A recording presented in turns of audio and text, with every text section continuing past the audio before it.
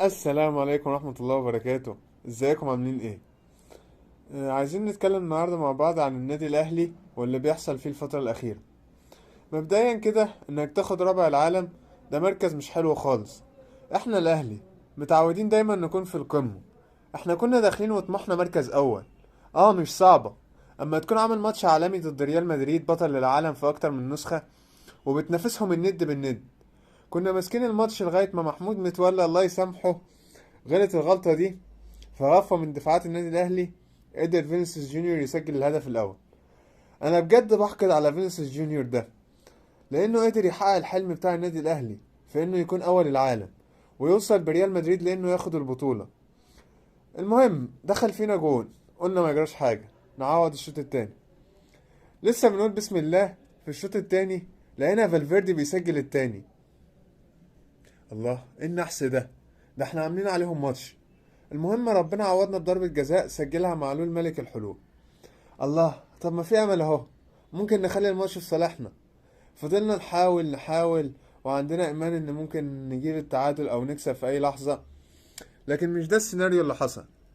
جينا في الدقيقة 90 في الوقت بدل الضايع، جابوا التالت والرابع، والماتش خلص على كده. اللي عجبني في الاهلي قوة شخصيته، انه حتى قدام بطل العالم بيلعب بكل ثقة وفنيات عالية ولمسات جمالية. بيعمل حساب لكل باصة وكل هجمة وكل شوطة، مفيش حاجة عنده عشوائية. حاجة قمة في الحلاوة والجمال.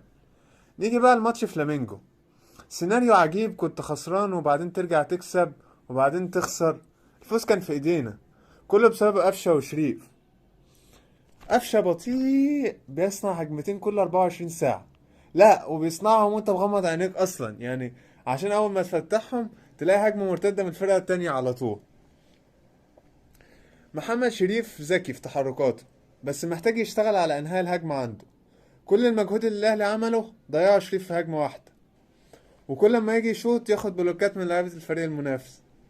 بالنسبة للمدير الفني مارسيل كولر، احنا بندعمك يا كولر، بس عايزين نشوف منك فنيات احسن واكتر من كده. عايزين ليفل الدوبامين بتاعنا يعلى واحنا بنتفرج على الاهلي. عايزين نشوف كرة نظيفة ولعب جماعي، مش كل لاعب بيفكر في مصلحته وبس. مش عايزين نشوف فريق بيحقق كوميديا في الملعب. عايزين كلكم تكونوا على قلب رجل واحد وتكونوا اسود في الملعب. طبعا بعد الماتش الناس كلها كانت بتتكلم عن الاهلي، في الاعلام بقى، في السوشيال ميديا، في كل حتة. وده بيثبت لك قد ايه النادي الاهلي ده نادي كبير وله شعبية في مصر وبره مصر. وفي نهاية الفيديو أحب أشكر كل لعيبة الأهلي وبالذات كهربا، وعايز أقول له ني ني ني. سلام.